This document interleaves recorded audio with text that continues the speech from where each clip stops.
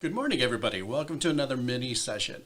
My name is Mike Martinez. I work with the Maricopa County School Superintendent's Office, and I'm glad you could join us today.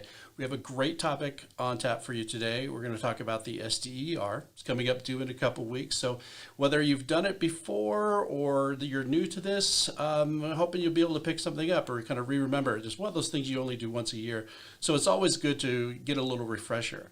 So if you're watching this live, great. If you're watching this on YouTube, there'll be documents and shortcuts down in the descriptions below. But I will go ahead and turn it over to our presenter, Miss Andy De La Rosa. Andy, go ahead and say hi. Hello. All right, can you guys see my screen okay?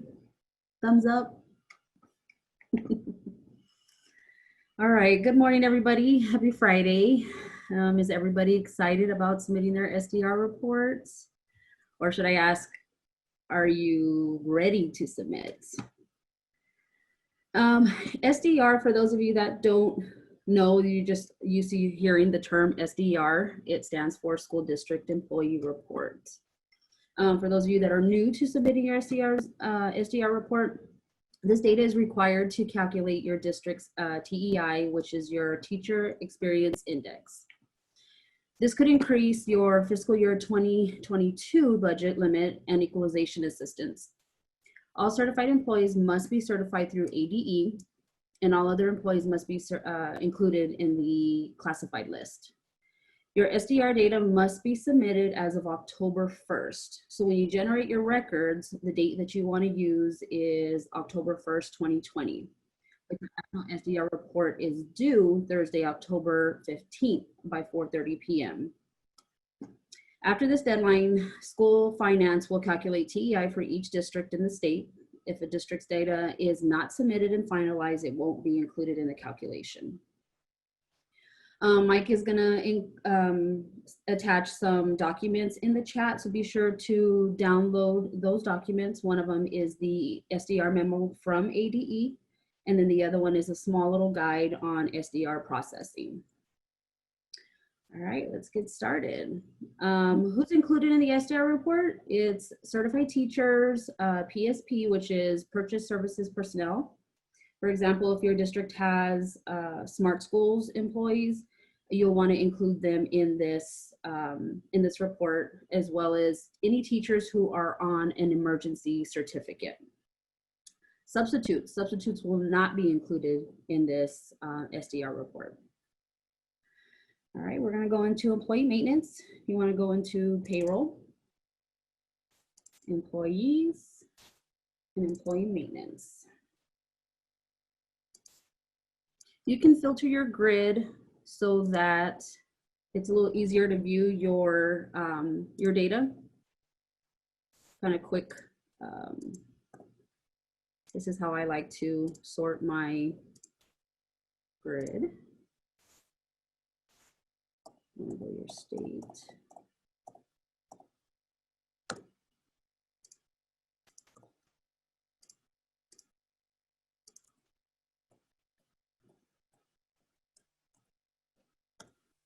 So this is the data you want to view in employee maintenance, making sure if you're missing anything, if you need to make sure anybody who has recently left, you want to make sure you put a term date in there.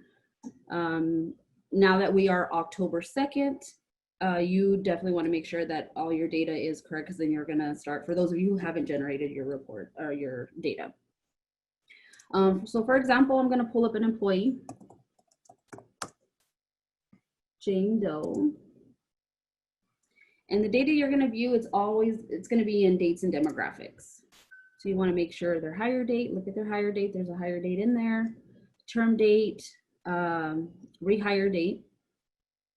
Anybody who is hired, before October 1st should be in your report. Anybody hired after October 1st should not be on the SDR report. Termination date, anyone who termed before October 1st should not be on your SDR report.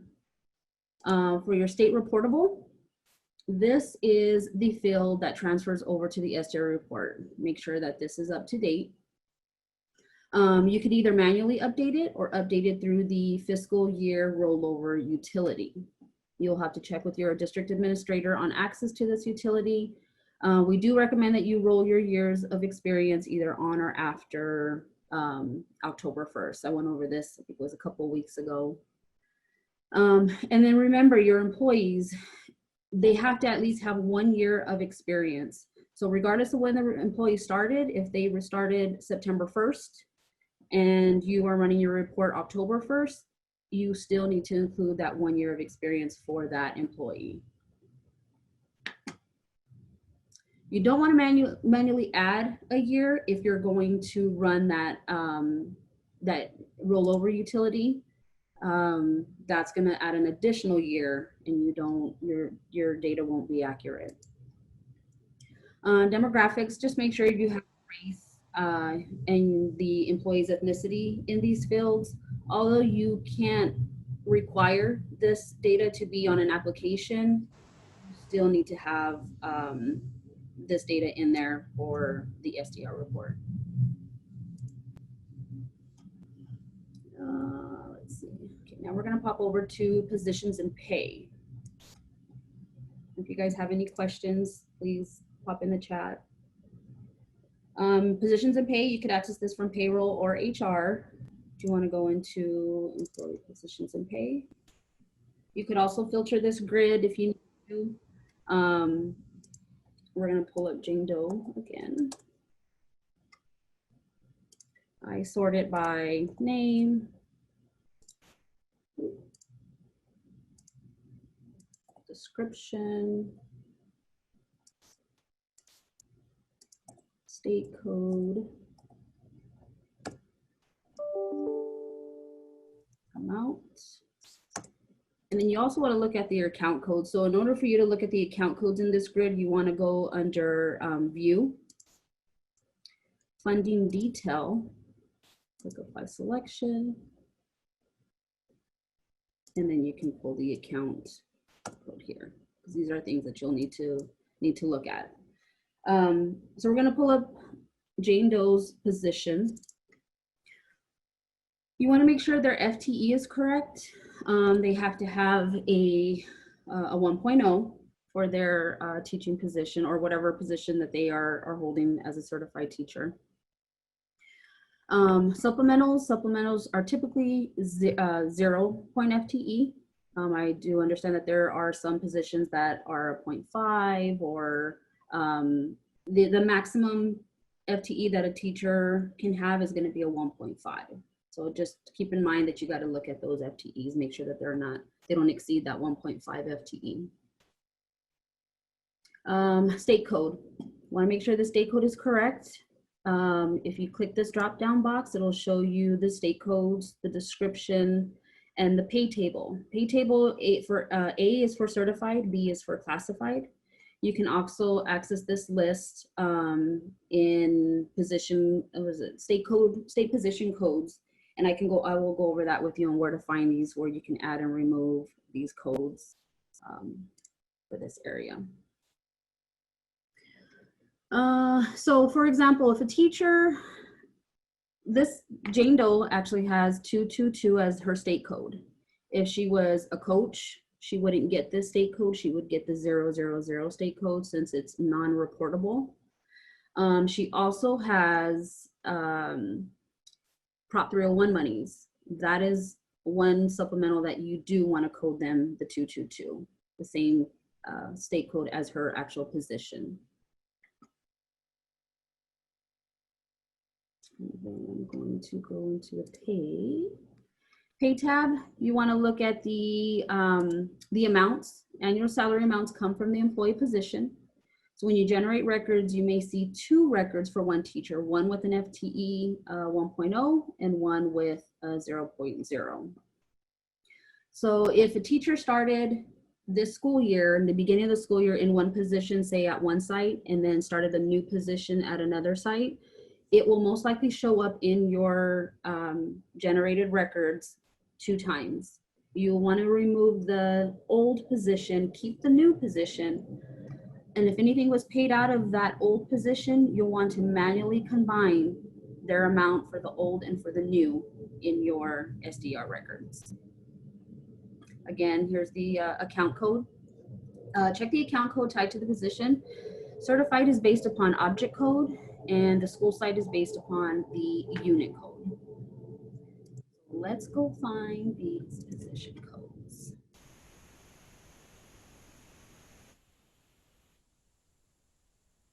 It's going to be under human resources. No, sorry, it's actually payroll.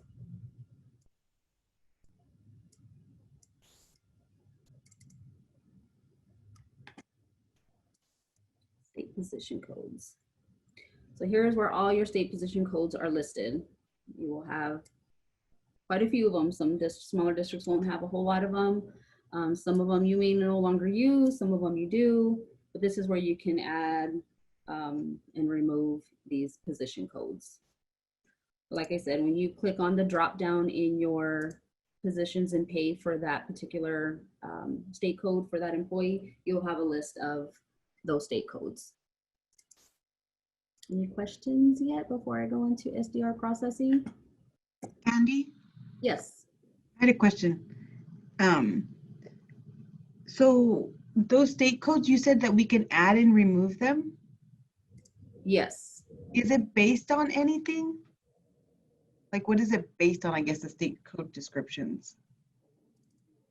It's so on this, on the ADE's memo, it'll, let me go in there, hang on.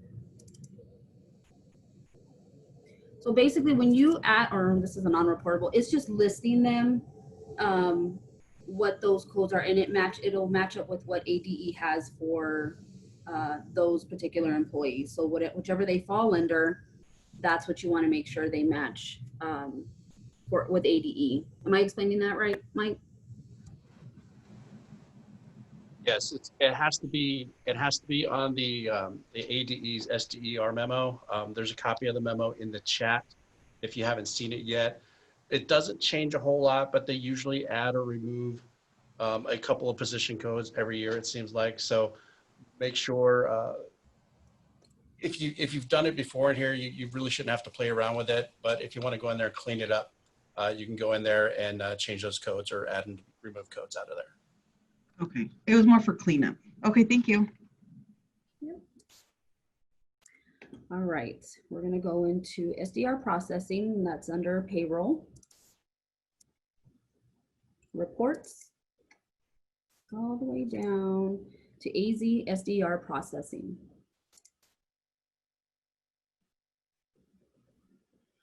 Some of you, when you click the drop-down box, you have a whole bunch of different ones that you've tested on. You can clean this up. You don't always have to have it, or you can regenerate with the same report name, and it'll just overwrite your old records. But before we do this, you want to go to actions, and you want to include your employee benefits percent. This is where you're going to enter your percentage. So this average percent of the teacher's pay is it's what it's paid for: health, ASRS, ASRS LTD, Social Security. So you want to make sure you include this this percentage here so that it's included in your records. Updated. And then we're gonna go generate. So if you don't have, you want to start fresh, you're gonna go to actions, create state report data. I'm gonna name this report SDR 2021, and it's always gonna be October 1st.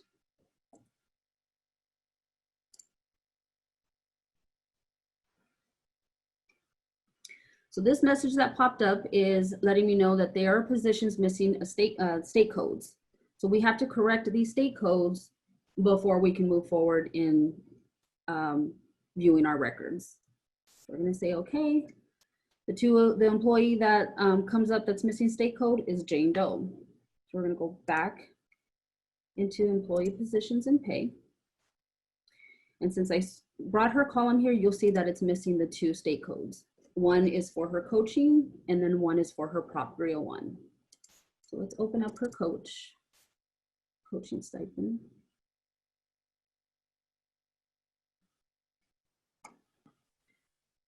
And for a coaching stipend, since it's not reportable, you want to enter 000. Click OK. Notate why you're making that change.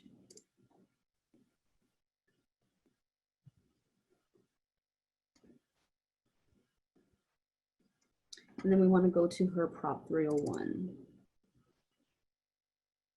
And this one, we do want to code it the same as her position, which is going to be the 222.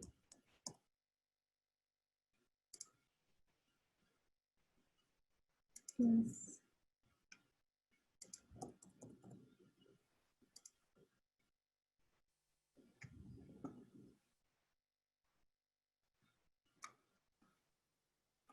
All right, now we're going to go back and regenerate.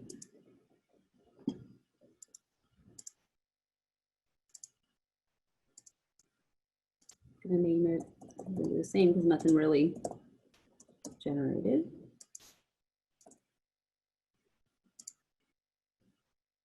It's going to go through all your records. Right, cue the music. Just kidding.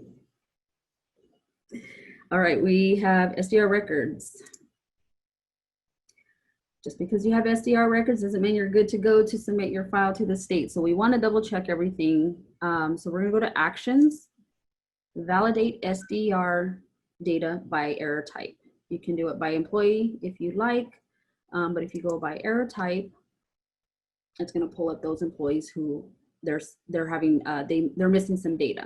Some of you might have a small little page here. This is just for our demo today, but some of you will have pages and pages of corrections that you need to make. So we're going to go back and forth. Let's start with Thomas Two-Tone. He's missing a degree. And that was one of the things I forgot to go over earlier.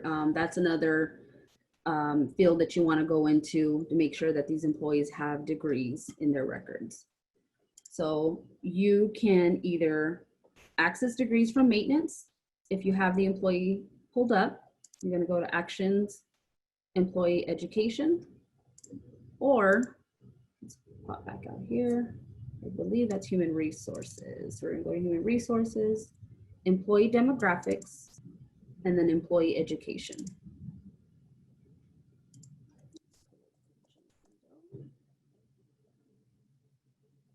Wait, didn't it say she was missing a degree? Oh, that was Thomas. Sorry, I'm still with Jane. So he's missing a degree. So you want to add his degree. We're going to right click in the blank grid, click add. Let's pull up Two-Tone.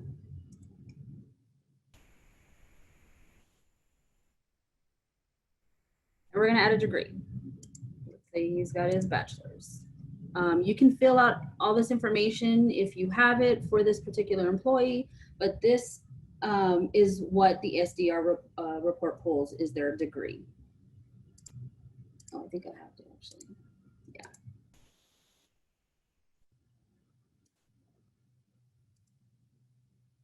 All right, let's go back to our error report. Next is Joshua Smith. He's missing his ethnicity. I'm going to go back into maintenance.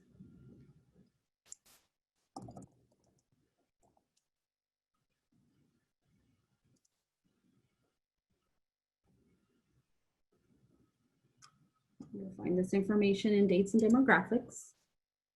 He's missing race and ethnicity, so let's select.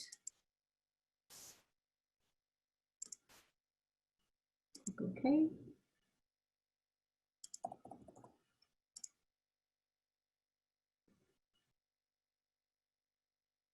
Back to our error report. He's missing, Joshua Smith is missing experience. That was, remember, that's one thing that can't be blank. So we're gonna go open him back up because that information is under employee maintenance.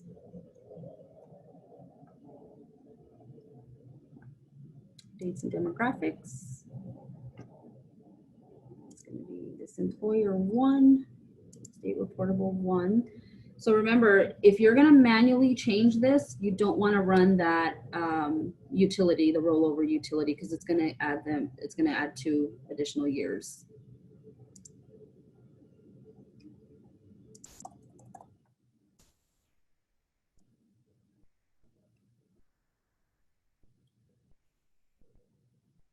All right, and then Thomas Two-Tone is missing a position on his main FTE. So his main FTE cannot be a 0 FTE. So we're gonna pull him up in positions and pay.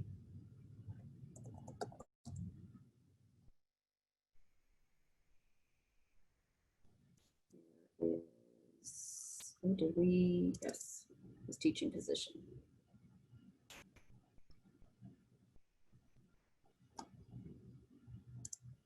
We're gonna enter a 1.0.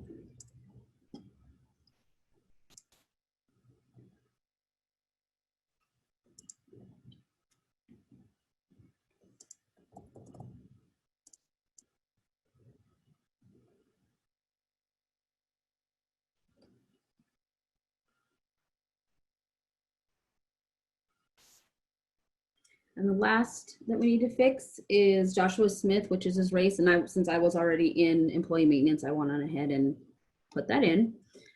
So let's close this report out and we are going to regenerate. I will, you could either use the same report name to override what we currently have here, or if you wanted to just start off clean, as long as you have this report populated in your grid below, you can highlight all your records, hold the shift down and click on the last one and hit your delete key. Yes, I want to delete, and it's going to go and delete this entire report. You'll want to close out of SDR processing just to start fresh and so that it refreshes your screen. Back into SDR. There's nothing there. So we're gonna go back into actions, create SDR report data.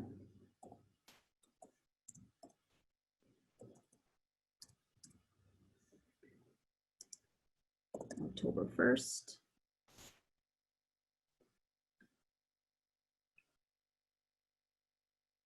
Keeping your fingers crossed for no errors. No errors.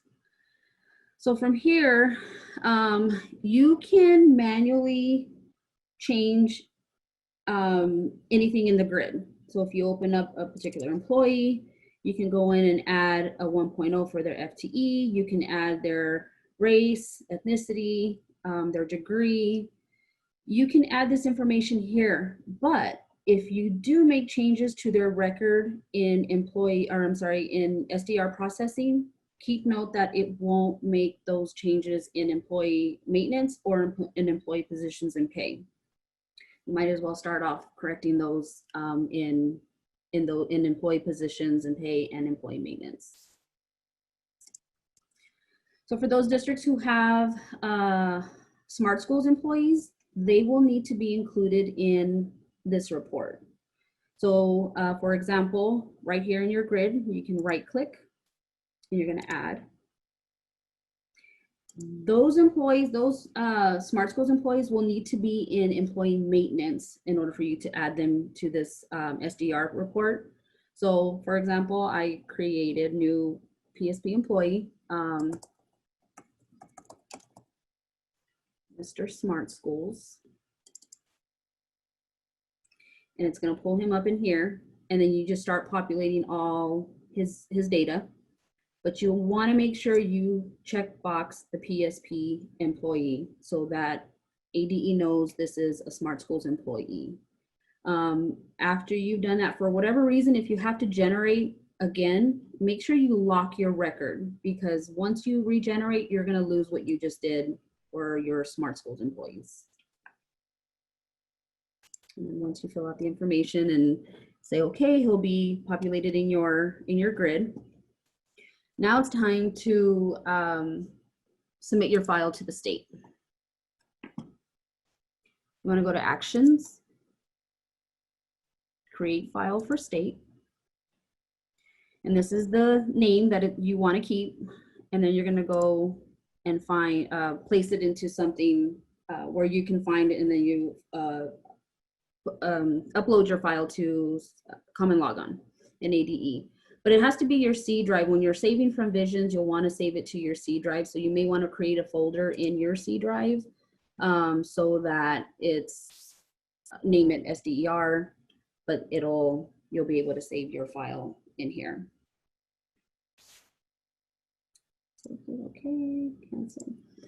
So when you submit, once you log into Common Logon and you submit your file, you want to make sure you check that box to submit your file, because if you don't check the box, and I don't exactly know what it says because I don't have the logon or Common Logon, but there's a box that you want to check to make sure your file gets submitted. Once you submit your file, there are some districts who run into another error, and it's called CTDS error.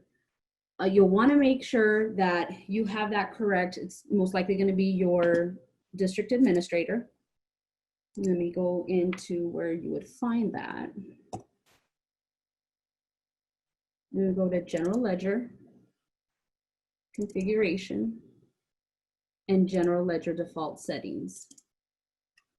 This is the number in entity codes, the number field. This is the number that ADE is looking for.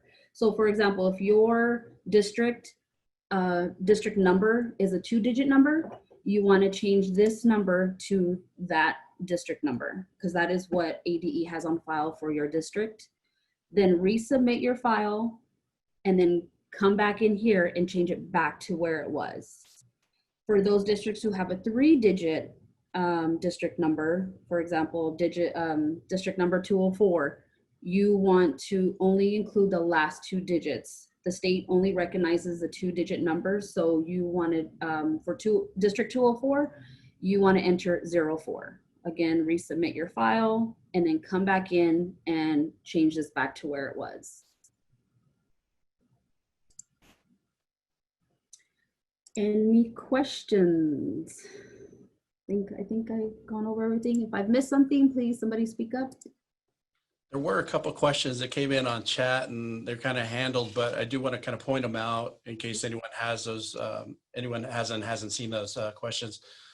First good one is due to the COVID, do we know if distant learning state code might be added? As far as a site, oh, okay, maybe I got it wrong. As far as an actual state code, not this year. It's already, if it's not in the SDER memo now, those are the positioning state codes that are going to be reported. As far as a site code, maybe your district created an additional site to handle distance learning or there's an online learning. If that is a valid site at ADE, you could put that site in there. You may be using it for funding purposes, or maybe you set up an account code structure or a DAC for it. You can put that site in there, but unless that is a valid site at ADE, it's going to kick back when you file that SDER report. So you want to make sure that you correct those site codes in the SDER report, or set up the crosswalk for them, send the school number crosswalk for them. Everything state reportable, do you put total experience or just experience with the current district? That is going to be, if that person has experience towards that position. So if they were a teacher at another district for 5 years and then worked for your district for 5 years, in general, that is going to be 10 years worth of experience for TEI. Go ahead and put that in there. It doesn't hurt you to put it in there. You know, it's whatever your district is sort of crediting that person experience for. And there was another question there. I wasn't sure if you, do you get an error when you generate a PSP employee with fringe benefits equal to 0? I know we added, when the record in there, it added is 0%. Do we know if that generates an error on ADE or if that needs to be changed? That I'm not sure. It should not. There's a lot of things with ADE where I could say it should not, though. But if anyone runs into that, please let us know. We'd love to know.